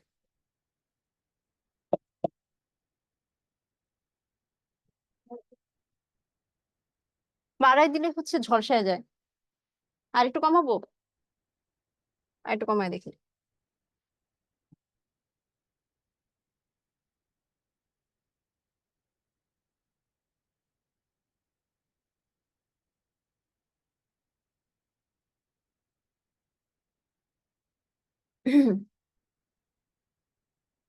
এখন ঠিক থাকার কথা। আসো, দিলাম তো। হ্যাঁ, আস, এখন বেটার। আচ্ছা, ঠিক আছে।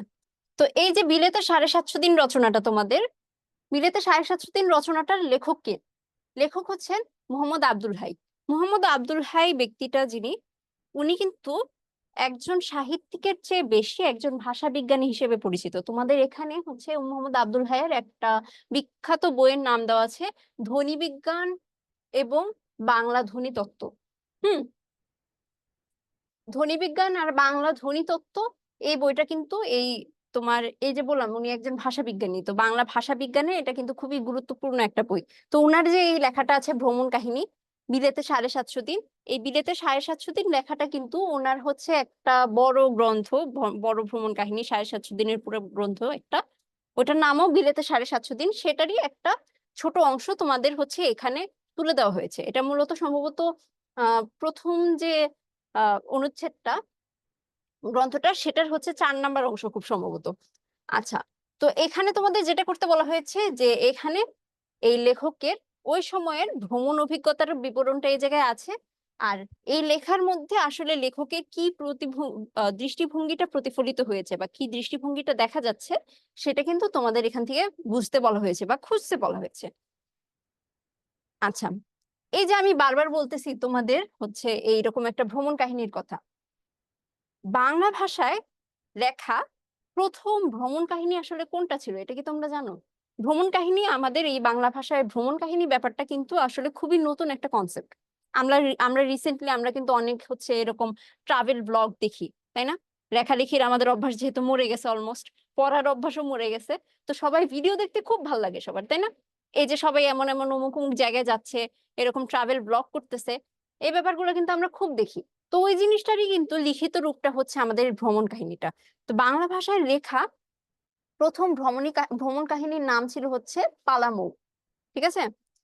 তো এই বিলেতে 750 দিন, এই ভ্রমণ কাহিনীটাও খুব বিখ্যাত একটা ভ্রমণ কাহিনী। এর যে এই অংশটুকু আছে, তো আমরা আজকে দেখবো যে আসলে এর মধ্যে লেখক আসলে কি কি বলতে চেয়েছেন।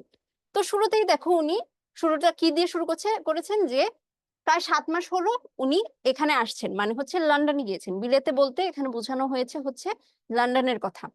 ঠিক আছে? লন্ডনকে বলা হয় কিন্তু বিলেত। তো এই বিলেতে আসছেন উনি হচ্ছে প্রায় 7 মাস হয়ে গেছে। এই 7 মাসের মধ্যে দিন গুনে গুনে 20 দিনের বেশি হয়নি যে উনি সূর্যের মুখ দেখেছেন। কারণ কি, এই যে লন্ডন যে জায়গাটা, এই জায়গাটায় যেটা হয় শীত প্রধান একটা জায়গা, বেশিরভাগ সময়ই বরফ থাকে, বা বরফ না থাকলেও দেখা যায় যে হয়তো একদম খুবই ঠান্ডা একটা আবহাওয়া, আকাশ দেখা যায় মেঘাচ্ছন্ন, এমন একটা আবহাওয়া, সূর্যের দেখা খুব কমই মিলে।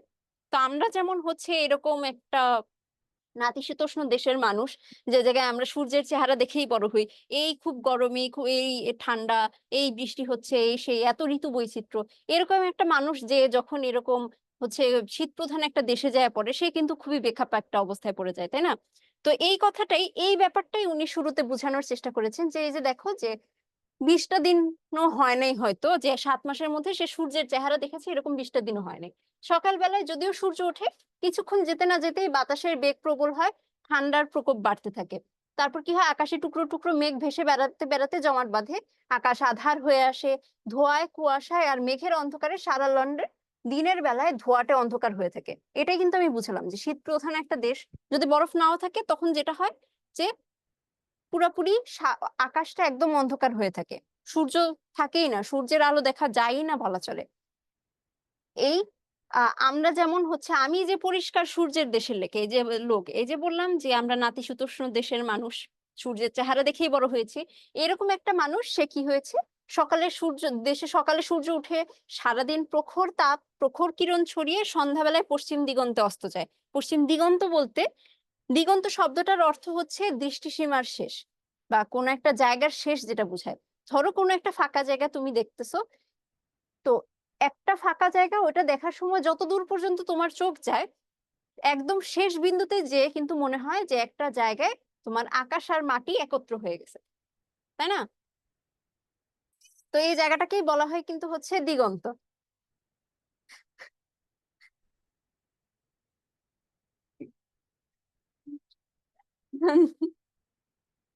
আসছে? সমস্যা নেই, বসুক।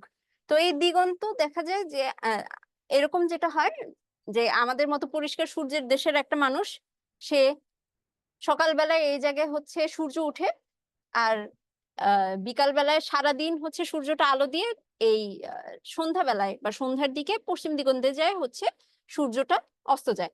পরিষ্কার আলোকিত দিনে মন যে সেখানে প্রফুল্ল থাকে। এই 7 মাস ইংল্যান্ডে বাস করে উনি দেখা যায় যে এই কথাটা প্রায় ভুলেই গেছেন। ইংল্যান্ডে উনি যে আছেন, ইংল্যান্ডে থাকা অবস্থায় উনি দেখা যায় যে সূর্যের চেহারাই দেখে নাই, দেশে যে সে সূর্য দেখতো সেই ব্যাপারটাই ভুলে গেছে, ওই ফিলিংটাই তার নষ্ট হয়ে গেছে অলমোস্ট।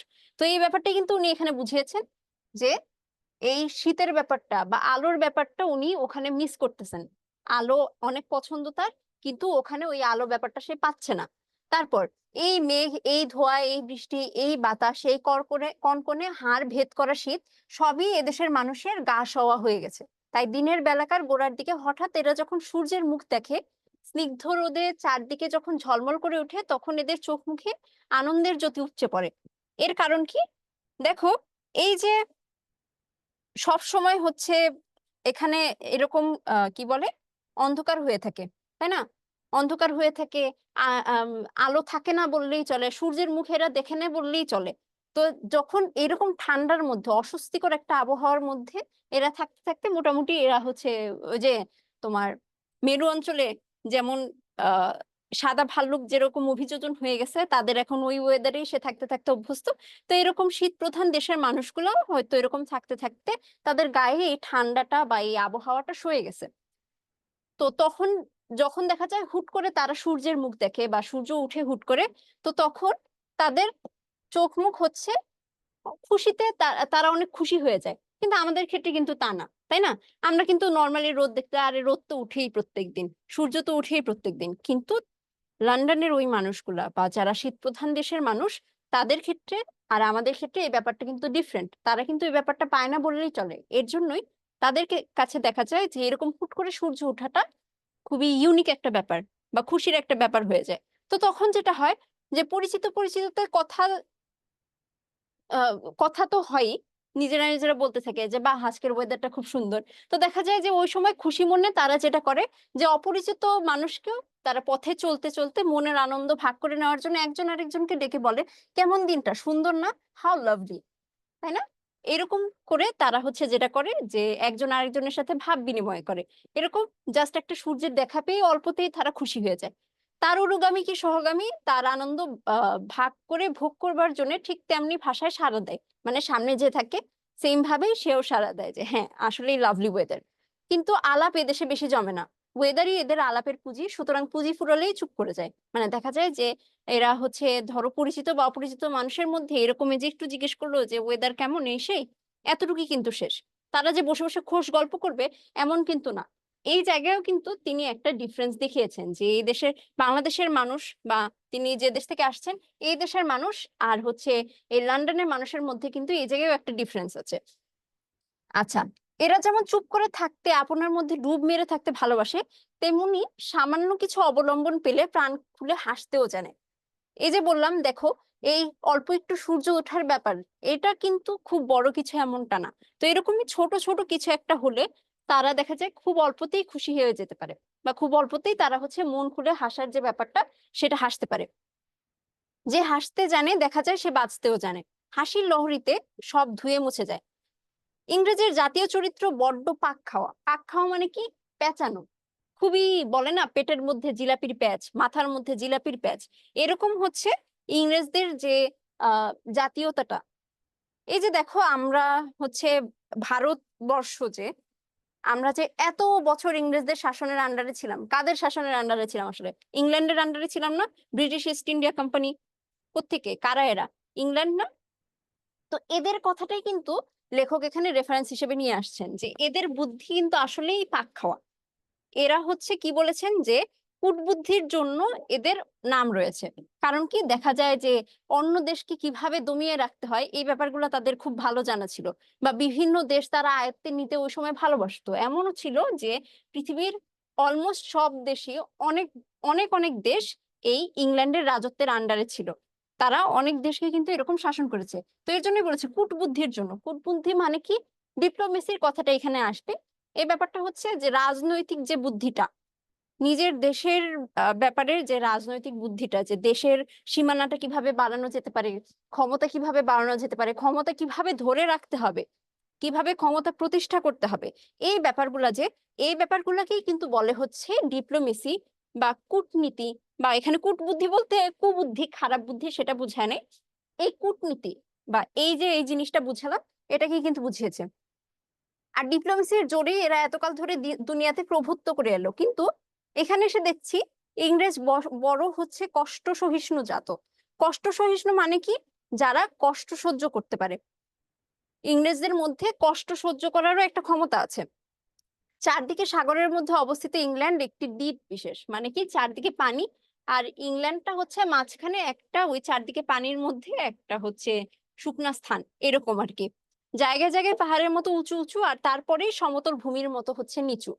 আচ্ছা, এরপর বলছে এদের দেশে খাদ্যশস্য বড় বেশি ফলে না, যা ফলে তাতে এদের কুলায় না। কেন বেশি ফলে না? এই যে আমি বললাম যে এই যে শীত প্রধান দেশ, তো এরকম একটা দেশ যেখানে হচ্ছে সূর্যের মুখ দেখাই মেলে না, তো ওই জায়গায় আসলে খাদ্যশস্য কিভাবে ফলবে? ওইরকম গাছপালা তো আসলে ওইরকম ফলার কথাও না, আমরা নর্মালি যা খাই সে ব্যাপারগুলো থাকার কথাও না। তো এর জন্যই নর্মালি যেটা দেখা যায় যে এদের দেশে মানে হচ্ছে ইংল্যান্ডে বা লন্ডনে তোমার হচ্ছে খাদ্যশস্য বেশি ফলে না, যা ফলে সেটাও হচ্ছে তাদের খুব বেশি হচ্ছে আহ যোগান দেখা যায় কম থাকে। তো বিদেশের দিকে সবকিছুর জন্য এদের চেয়ে থাকতে হয়, মানে বিদেশ থেকে আমদানি করতে হয় এই খাবারের জিনিসগুলা। কিছুদিন থেকে দেখছি গোশত তো একেবারে উধাও হয়ে গেছে। আর্জেন্টিনা, অস্ট্রেলিয়া থেকে এরা মাংস আমদানি করে। আমাদের দেশে কি হয়, মন চাইলেই কিন্তু আমরা দেখা যায় যে এই যে গরুর মাংস খাচ্ছি, চিকেন খাচ্ছি, মুরগি খাচ্ছি, এই হাঁস খাচ্ছি, এই সেই। কিন্তু ওদের দেশে কিন্তু এই জিনিসগুলোর অনেক অভাব। এই জিনিসগুলো ওদের হচ্ছে যে পরিমাণ চাহিদা, সেই পরিমাণ যোগান কিন্তু ওদের নেই। চাহিদা যোগানের ব্যাপারগুলো কিন্তু তোমাদের এই জীবন জীবিকা বা তোমরা আগে যদি সমাজ বই কিছু পড়ে থাকো সেখানে কিন্তু অনেকেই জানার কথা। এই যে যে পরিমাণ মানুষ, খাওয়ার মতো মানুষ আছে তত কিন্তু খাবার নাই ওদের ওখানে, এটা এখানে বোঝানো হয়েছে। কিন্তু আমরা আমাদের দেশের প্রেক্ষিতে যদি ভাবি, আমাদের ক্ষেত্রে কিন্তু এটা অহরহ আমরা পাই। নর্মালি হচ্ছে সামর্থ্যবান যে কোনো মানুষের কথা যদি চিন্তা করো, আমাদের দেশে কিন্তু আছে, অন্তত খাবারের ফলন হয়, তাই না? ওদের ক্ষেত্রে যেটা, ওদের ক্ষেত্রে ফলনটা হয়ই না। তো এরা যেটা করে যে 3-4 মাস আগে জবাই করা গরু, ভেড়া, শুয়োর, খরগোশ এরা হচ্ছে জাহাজ বোঝাই করে দেশে নিয়ে আসে। মানে ওরা কি টাটকা খাবারটা পর্যন্ত পায় না। অথচ আমরা কিন্তু খাই যেটা মোটামুটি টাটকাই বলা চলে, হয়তো ফ্রিজে রেখে খাই, কিন্তু তাই বলে 3-4 মাস রেখে খাই না। এরা অতি আদরে সেগুলো দোকানে দোকানে ঝুলিয়ে রাখে, আর মাথা পিছু রেশনে সামান্য একটু যা পায় তাই নিয়ে অতি আনন্দে খায়। দুধ ও দুধজাত জিনিস আসে হচ্ছে নিউজিল্যান্ড থেকে। ভিন্ন দেশের জিনিসপত্র না হলে এদের আদৌ চলে না। তাই বলে কি এরা এদের দেশকে কম ভালোবাসে? এই যে এখানে আবার হচ্ছে তোমাদের এই দেশপ্রেমের ব্যাপারটা আসছে। আমাদের দেশের ক্ষেত্রে কিন্তু সেম, যে এই যে এত সমস্যা এত কিছু আছে, তাই বলে কি আমরা আমাদের দেশকে কম ভালোবাসবো? বা কারো কি আসলে দেশে এত কম জিনিস আছে বা আমরা এত অভাব অনটন দেখতেছি, এর মানে কি যে আমরা আমাদের দেশকে ভালোবাসি না? ওদের ক্ষেত্রেও কিন্তু সেম। এই যে খাবার দাবার নেই, তার মানে তো অবশ্যই এটা না যে ওরা ওদের দেশকে ভালোবাসে না। ভিন্ন দেশের জিনিসপত্র, আচ্ছা কত কবি যে এদের আপন দেশের প্রশংসায় মুখর হলেন তা বলে শেষ করা যায় না। এদের দেশ সত্যি ভারী সুন্দর। বৃহত্তম নগরী লন্ডন, আর অসংখ্য সাজানো ছোট গ্রাম, আর উঁচু নিচু দিগন্ত বিস্তৃত মাঠ নিয়ে সাগরের মাঝখানে গড়ে উঠেছে ইংল্যান্ড দ্বীপটি। শেক্সপিয়ার তার দেশকে তাই বলেছেন, রূপালী সমুদ্রের মাঝখানে যেন অমূল্য মণির মতো বসানো রয়েছে এই দেশ ইংল্যান্ড। শেক্সপিয়ারের কথা তোমরা শুনেছো না? বিখ্যাত একজন কবি, তাই না? শেক্সপিয়ারের কথা কিন্তু সবারই শোনার কথা। তো তিনি এই ইংল্যান্ড সম্পর্কে মানে নিজের দেশ সম্পর্কে সুন্দর একটা উক্তি করেছেন এরকম, যে রূপালী সমুদ্রের মাঝখানে যেন অমূল্য মণির মতো করে বসানো রয়েছে এই দেশ ইংল্যান্ড। আচ্ছা, এদের প্রকৃতির এই রুদ্র কঠোরতার কথা, রুদ্র কঠোরতা বলতে কি, যে এই যে তাদের প্রতিকূলে ব্যাপারগুলা তাদের গায়ে সইতে হয় এরকম ব্যাপার আছে। যত ভাবি ততই মনে হয় এই জাতটা বড় কষ্ট সহিষ্ণু। অবশ্যই অনেক কষ্ট করে থাকতে হয় এদের, তাই না? তেমনি সংগ্রামশীল। রুদ্র প্রকৃতি ও পরিবেশের সঙ্গে সংগ্রাম করে এদের বাঁচতে হয়। তাই মনে হয় কাজের চাপে এরা যেমন অকারণ কথা বলে দুদণ্ড সময় নষ্ট করার সুযোগ পায় না, আলাপ জমানোটা এরা তেমন ভুলে গেছে, তেমনি কাজের বোঝা হালকা করে নেবার জন্য এরা মুখ খুলে হাসতেও শিখে গেছে। এই যে যখনই তারা হচ্ছে একটু দেখা যায় যে সুযোগ পায়, তখন তারা অল্পতেই হাসাহাসি করতে পারে বা অল্পতেই নিজেদের একটু হালকা করতে পারে। বাজে কয়টা? ছয়। আচ্ছা, অল্পতেই তারা দেখা যায় যে আহ এদের আসলে হাসাহাসি করার জন্য বা কথা বলার জন্য খুব বেশি কিছু আসলে দরকার হয় না। আচ্ছা, হাসতে পারে যে কত বড় কলা তা বোঝা যায় এদের দৈনন্দিন ব্যবহারের খুঁটিনাটিতে। এদের আমোদ প্রমোদ, খেলাধুলা, সিনেমা, থিয়েটার বা হচ্ছে প্যান্টোমাইম কি ব্যালেতে যত না দেখি গম্ভীরভাবে জীবনকে গড়ে তোলার তাগিদ, তার চেয়ে বেশি দেখা যায় হাসির মারপ্যাচ। এখানে দেখো দুইটা টার্ম আছে, একটা হচ্ছে প্যান্টোমাইম আর একটা হচ্ছে ব্যালে। প্যান্টোমাইম জিনিসটা কি? মূকাভিনয়ের কথা আমরা তো শোনার কথা, তাই না? মূকাভিনয় মানে হচ্ছে তোমার অভিনয় করবে কিন্তু হচ্ছে কোনো ইয়া থাকবে না, ডায়লগ থাকবে না। ডায়লগ ছাড়া জাস্ট হাত পা নেড়ে মুখের ভঙ্গিতে চোখের ইশারায় এই ব্যাপারগুলো দিয়ে যে অভিনয়টা করা হয় সেটাকে কিন্তু বলে হচ্ছে মূকাভিনয়। সেটার নামই হচ্ছে ইংলিশে বলে হচ্ছে প্যান্টোমাইম। আর হচ্ছে ব্যালে যেটা, ব্যালে হচ্ছে এক ধরনের নৃত্য বা নাচ। ব্যালে ডান্সের কথা তোমাদের অনেকেরই শোনার কথা। এরা হচ্ছে এগুলোর মধ্যে দিয়ে জীবনকে দেখা যায় একদিক থেকে গম্ভীর করে তুলতে চাচ্ছে, কিন্তু আরেক দিক থেকে তাদের এই জীবনের সবকিছুর প্রেসারে তারা হালকা হওয়ার জন্য তেমন বেশি কিছু আসলে তারা দেখা যায় যে দরকার হয় না। আচ্ছা, এরপর আছে যেটা, এই যে তাদের খুব বেশি কিছুর যে দরকার হয় না, এটা দেখা যায় যে এই যে ছেলে মেয়েদের হাসানোর জন্য অনেক রকমের খেলনার আয়োজন করে তারা দোকানপাটে। অথবা দেখা যায় যে Alice in the Wonderland, Humpty Dumpty, এরকম অনেক অনেক খেলনা আছে তাদের। এরকম খেলনা থরে থরে সাজানো থাকে এই জিনিসগুলা। এগুলো সবকিছুর কথা এখানে বলেছে। দোকানে ঢুকলেই মনে হয় যেন আপনা থেকে কাতুকুতু লাগছে, হাসির আবহাওয়াটাই ছোঁয়াছে। আচ্ছা, লন্ডনের বিরাটত্বই মনে হয় মনকে ঘাবড়ে দেয়। এই যে লন্ডন জায়গাটা, এই জায়গাটা আসলে দেখা যায় যে অনেক বড়। এতই বড় যে যে কেউ হঠাৎ ঘুরতে গেলে হয়তো হারিয়ে যাবে, বা হচ্ছে ওই যে খেই পায় না বলে না, যে কোন দিকে যেন হাঁটতে গিয়ে হারায় ফেলতেছি নিজেকে, অনেকটা এই কথাটা এখানে বলছে যে পথে বেরোলে মনে হয় যেন নিজেকে হারিয়ে ফেলছি। ফুটপাতে অগণিত জনতার ভিড় আর পথ দিয়ে পিঁপড়ের সারির মতো যানবাহন। ফুটপাথে অনেক অনেক মানুষ, আমাদের দেশেও কিন্তু দেখবা যে ফুটপাতে অনেক অনেক মানুষ, যানবাহনের অনেক অনেক ভিড়ে, যে আমি আসছি আসার সময় দেখা গেছে যে রাস্তার মধ্যে দুনিয়ার হচ্ছে তোমার এই গাড়ির ভিড়, রিক্সার ভিড়, বাসের ভিড়, এরকম কিন্তু তোমার এই লন্ডনেও কিন্তু এরকম রাস্তার মধ্যে অনেক ভিড়, একদম পিঁপড়ার সারির মতো। সেই কোচ, ট্রাক, টিউব, বাস, ট্যাক্সি। টিউব জিনিসটা কি, এখানে হচ্ছে ওদের ওই তোমার আমাদের যে মেট্রো রেল আছে, এদের এটা ঠিক মেট্রো রেল না, এদের এই জিনিসটা হচ্ছে যেটা, এটা হচ্ছে মাটির নিচ দিয়ে চলে এমন একটা। তবু ভাগ্য ভালো যানবাহনের ধাক্কায় জনস্রোতে চাপা পড়ে না। কারণ কি? কারণ হচ্ছে এদের চলার পথটা হচ্ছে সুনির্দিষ্ট।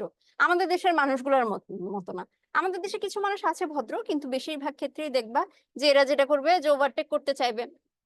রাস্তার মাঝখান দিয়ে খুদাই গাড়ি যাইতেছে, এর মধ্যে দিয়ে পার হইতে যাবে। তো এর মধ্যে গাড়ি একদম কাছে চলে আসছে, তারপর সে দৌড়ায় তার ওই সময় পার হতে। কিন্তু লন্ডনের মানুষজন যেটা এখানে বলেছে যে তারা খুবই হচ্ছে নিয়মতান্ত্রিক, তারা এই ব্যাপারগুলো বা এই কাজগুলো করে না। আচ্ছা, তাদের হচ্ছে এরকম কি, যে সুনির্দিষ্ট হচ্ছে খাঁজ কাটা রাস্তার মধ্যে খাঁজ কাটা আছে, যেটা দিয়ে তারা হচ্ছে পার হয়, মানে হচ্ছে যে জেব্রা ক্রসিং এর কথা কথা বলেছে আর কি। তো লাল বাতিগুলো জ্বলে উঠলে গাড়িগুলোকে সেখানে অবশ্যই দাঁড়াতে হয়, তারা ট্রাফিক সিগন্যাল গুলো খুব হচ্ছে রিলিজিয়াসলি মানে। তো এই ব্যাপারগুলো এখানে বলা হয়েছে। এরপর এদের শৃঙ্খলা যেমন পথে পথে, তেমনি বাড়ি ঘরে আর সবার উপরে পথচারী মানুষের মধ্যে। ছক্কাটা স্কোয়ারের মধ্যে বাড়িঘর আর তার চারপাশ দিয়ে রাস্তা, সবই যেন ছবির মতো এরকম। আহ কি একরকমেরই বাড়ি, দেখা যায় যে বাড়ির পর বাড়ি সব দেখতে মোটামুটি একই রকম, কিন্তু এই বাড়িগুলো হচ্ছে অনেক পুরানো। লন্ডন শহরটার ইতিহাস অনেক বড়, এরা হচ্ছে অনেক পুরনো একটা জাতি। তো এই পুরনো জাতি হওয়াতে দেখা যায় এই অতি প্রাচীন শহর বয়সের ভারে, বা দেখা যায় বিভিন্ন কলকারখানার ধোঁয়ায় বা কোনো কারণে এখানকার বাড়িঘরগুলো অনেক বাড়িঘরই হয়তো কালো হয়ে গেছে, এরকম ব্যাপারটা এখানে উনি দেখিয়েছেন। শীতের দেশ, সে কারণে এদের বাড়িঘরগুলোতে বারান্দা নেই সচরাচর। আমাদের দেশে কি হয়, বাড়ি মানেই হচ্ছে বারান্দা, একটা দক্ষিণমুখী জানালা, একটা বড় বারান্দা না হলে একটা বাসা কমপ্লিট না। কারণ কি, আমাদের বাসায় বা আমাদের দেশটা যেটা, এটা কিন্তু গরম বেশি আমাদের দেশে। বাসার মধ্যে একটু জানালা দরজা না খুলে দিলে কিন্তু আমাদের দেখা যায় যে একদম গরমে আমরা হাঁসফাঁস করতে থাকি, তাই না? অক্সিজেনের অভাব হয়ে যায়, গরমে মরে যাইতেছে এমন একটা অবস্থা। তো ওদের ক্ষেত্রে যেটা, ওদের ক্ষেত্রে কমপ্লিটলি উল্টা। যেহেতু বাইরে অনেক শীত, ওদের ভিতরে নিজেদের গরম রাখার যত ব্যবস্থা করা যায় সবই তারা করে। তারা দেখা যায় যে এর জন্য বাইরের পরিবেশ তারা খুব একটা সাজায় না, কিন্তু তাদের হচ্ছে ঘরের ভিতরে সৌন্দর্যের কমতি নাই, তাদের যত সাজসজ্জা ঘরের ভিতর। এই ব্যাপারটা এখানে সবই বলছে যে আয়োজন ও সাজসজ্জা সবই এদের ঘরের ভিতর। এদের রুচি কত মার্জিত, এবং শীত থেকে বাঁচবার জন্য এদের দরিদ্রতম মানুষও প্রয়োজনের কারণে কিভাবে যে ঘর সাজায়, তা এখানে এসে না দেখলে বিশ্বাসই করা যায় না। ঘরের ভেতরের দেওয়ালগুলো হচ্ছে ওয়ালপেপার দিয়ে মোড়ানো থাকে, ফ্লোরে দেখা যায় যে নিজেদের প্রয়োজনেই তারা হচ্ছে কার্পেট বিছিয়ে রাখে এরকম। ঘরের জানালাগুলো কাচের, সেই কাঁচটাও হচ্ছে অনেক পুরু, মানে হচ্ছে অনেক মোটা আর খুব বড় বড়, যাতে হচ্ছে তাপটা বাইরে থেকে ভিতরে না আসতে পারে। আর শীতের ভয়ে এদের জানালা খুলে না বললেই চলে। কালে ভদ্রে বলতে হঠাৎ, খুব দেখা যায় কদাচিৎ, মানে খুব অল্প সময়ই হয় এরকম যে জানালাটা খুলে, জাস্ট দেখা যায় ঘরে একটু অক্সিজেনটা আনার জন্য এরা মাঝে মধ্যে হয়তো জানালাটা খুললেও খুলে, কিন্তু সেটাও দেখা যায় যে এমন সময় যখন হচ্ছে ভিতরে কোনো মানুষ নেই বা বাসায় কোনো মানুষ নেই, এমন সময় একটুক্ষণ খুলে তারপর হচ্ছে তারা দেখা যায় যে জানালাটা আবার বন্ধ করে দেয়। লন্ডনের বাড়ি ঘরের সবচেয়ে বড় একটা বৈশিষ্ট্য সেটা হচ্ছে মাটির নিচের ঘর। মাটির নিচের ঘর বলতে কি, বেসমেন্ট। আমাদের দেশে কিন্তু এই জিনিসটা খুব একটা দেখা যায় না। আমাদের দেশে সর্বোচ্চ যেটা হয় যে আন্ডারগ্রাউন্ডে কিছু হচ্ছে গাড়ি পার্কিং এর জায়গা থেকে কিছু বড় বড় বিল্ডিং এ, কিন্তু ওদের দেশে যেটা দেখা যায় যে ওদের বাসার নিচে আন্ডারগ্রাউন্ডের নিচেও আরো একটা ফ্লোর থাকে, মানে এক দুই ফ্লোর এরকম আন্ডারগ্রাউন্ডে থাকে। তার উপর থেকে ওদের হচ্ছে আরো বড় বড় তালা, দেখা যায় যে দোতলা তিনতলা এটা শুরু হয়। তো মাটির নিচে বেসমেন্ট কমপক্ষে একতলা এদের থাকেই। ল্যান্ডলেডিরা, মানে হচ্ছে যারা বাড়িওয়ালা, তারা সচরাচর এই বেসমেন্টে বাস করে। বেসমেন্টের ঘর থেকে সিঁড়ি বেয়ে উপরের ঘরগুলোতে আসা যায়, তেমনি বাইরে থেকেও আবার ভিতরে যাওয়া যায়। তো তারা এরকম নিচে হচ্ছে এরকম মাটির নিচে বাস করে, এই ব্যাপারটা হচ্ছে এই লেখকের কাছে খুবই মানে ইন্টারেস্টিং মনে হয়েছে। আমাদের দেশের মতো দেশে কিন্তু এই ব্যাপারগুলো আসলে ভাবাই যায় না, কেউ একজন এত নিচে থাকবে এটা কিন্তু ভাবাই যায় না। আচ্ছা, এদের বাড়িঘর রাস্তার তৈরির মধ্যে যেমন একটা পরিণত পরিকল্পনার ছাপ রয়েছে, তিনি সময় মুক্ত মুক্ত হাওয়া খেয়ে আসার জন্য শহরের মাঝে মাঝে এরা হচ্ছে বিভিন্ন বড় বড় পার্ক তৈরি করে রাখছে। পার্ক গুলো কেন তৈরি করে রাখছে, এই যে দেখো যে তাদের হচ্ছে এই জীবনের যে এত কোলাহল, এত যে তারা আহ কি বলে ব্যস্ত মানুষ, এই ব্যস্ততার মধ্যেও কিন্তু মানুষের যে অল্প একটু তোমার এই বিনোদনের প্রয়োজন, অল্প একটু রিফ্রেশমেন্টের প্রয়োজন, মানুষের একটু মাইন্ডটা রিস্টার্ট করতে হয়, রিফ্রেশ দিতে হয়, সেই ব্যাপারটার জন্য তারা যেটা করেছে যে তারা বাড়ির পাশে পাশে বা হচ্ছে কিছু কয়েকটা বাড়ি পর পরই ছোট ছোট বা বড় বড় অনেক পার্ক এখানে রেখেছে। এই পার্ক গুলাতে তারা যেটা করেছে যে লন্ডনের সবচেয়ে বড় পার্কটা হচ্ছে হাইড পার্ক আর সেন্ট জেমস পার্ক। এগুলো এতই বড় যে এদের মাঝখানে এসে পৌঁছালে এই বাইরের আওয়াজ যে সেই জিনিসটা পর্যন্ত ওই পার্কের ভিতরে যায় না, এতটাই বড়।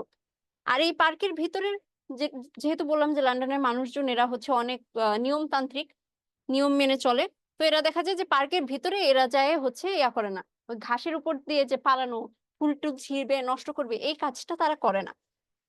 সারা শীতে লন্ডনের গাছপালা ন্যাড়া হয়ে গিয়েছিল, পাতা নিয়ে অথচ ডালপালা মাথায় করে গাছগুলো দাঁড়িয়ে আছে। এই যেমন দেখতে ইচ্ছা করে না তেমনই অদ্ভুত লাগে। বসন্তকালে এসব ন্যাড়া গাছের পাতা বেরিয়ে সবুজে সবুজে নাকি কোলাকুলি করবে, হয়তো বা হতেও পারে। তার প্রস্তুতি চলছে এখন থেকে, সেই প্রতীক্ষায় আমি চেয়ে থাকলাম। মানে হচ্ছে এই যে শীতের সময়টা, এই সময়টাতে লন্ডন দেখা যায় যে পুরাই হচ্ছে গাছগুলোর মধ্যে পাতা নাই বললেই চলে, এরকম একটা রুক্ষ পরিবেশ। কিন্তু এই রুক্ষ পরিবেশের মধ্যেও লেখক হচ্ছে যেটা করতেছে যে আম, পরবর্তীতে আরো সুন্দর পরিবেশ আসবে, এই জিনিসটা উনি শুনছেন আর সেজন্যই উনি অপেক্ষা করতেছেন যে এই জিনিসটা হবে, এটা আমি দেখবো। আচ্ছা, এই যে গল্পটা গেল, এখান থেকে কিছু জিনিস তোমাদের হচ্ছে বের করতে বলা হয়েছে যে লন্ডনের শহরের কি কি বৈশিষ্ট্য লেখকের ভালো লেগেছে আর কি কি খারাপ লেগেছে। ভালো লাগার মধ্যে এই যে বললাম যে নিয়মতান্ত্রিকের ব্যাপারটা, তাই না? তারপর হচ্ছে তারা অল্পতেই খুশি হয়ে যেতে পারে, এই ব্যাপারটা, এই ব্যাপারগুলো কিন্তু লেখকের খুব ভালো লেগেছে। আর খারাপ লাগার মধ্যে কি, এই যে দিনের পর দিন সে সূর্যের চোখ দেখে না, সূর্যের মুখ দেখে না, এমন একটা অবস্থা। বছরে মাসের পর মাস, মাসের মধ্যে দেখা যায় যে 15-20 দিন হয়েছে হায়েস্ট 7 মাসের মধ্যে, তাই না? আরেকটা ব্যাপার কি, এই যে তাজা খাবারটা পায় না, এই ব্যাপারগুলো কিন্তু আছে, এগুলো তোমরা হচ্ছে একটু সাজায় লিখবা। তারপরে ইংরেজ জাতকে লেখক কিভাবে মূল্যায়ন করেছেন, 1 নাম্বার কথা বলেছেন যে তারা কূটনীতির দিক থেকে সারা বিশ্বে অনেক উঁচু স্থানে আছে, এই ব্যাপারটা নিয়ে আসছেন উনি। এই ব্যাপারটাই মেইনলি হচ্ছে এখানে একটুখানি বর্ণনা করতে হবে, যে ব্যাপারটা আমি তোমাদের বলেছি, তাই না? আর হচ্ছে অবশ্যই ওই যে নিয়মতান্ত্রিকের ব্যাপারটা, এটাও তোমাদের আনতে হবে। লন্ডনের আবহাওয়ার পরিবেশের সাথে তোমাদের আবহাওয়া পরিবেশের তুলনা, এইটা তোমরা নিজেরা একটু করবা। কারণ এখানে কিন্তু আমি পুরাটা যখন বলেছি তখন কিন্তু বলে বলে গেছি যে আমাদের সাথে আসলে ওদের ডিফারেন্সটা কোথায়, তাই না? পুরাটা ডিফারেন্সই কিন্তু আমি বলে বলে গেছি, এটা তোমরা আশা করি নিজেরাই করবা। তো এই পর্যন্ত তো আশা করি কারো কোনো সমস্যা থাকার কথা না। আছে আদৌ কেউ এখন? আচ্ছা, ঠিক আছে, তাহলে ক্লাসটা হচ্ছে এখানে শেষ করে দিই। আজকের মতো এটুকুই থাকুক, নেক্সট ক্লাসে আমরা পরের চ্যাপ্টারটা দেখবো। আর কারো যদি কোনো সমস্যা থাকে সেটা হচ্ছে তোমরা জানিয়ে দিবা। আর পরীক্ষা টরীক্ষা যা আছে টুকটাক এগুলো অবশ্যই দাও। তো এই পর্যন্ত আজকে আল্লাহ হাফিজ।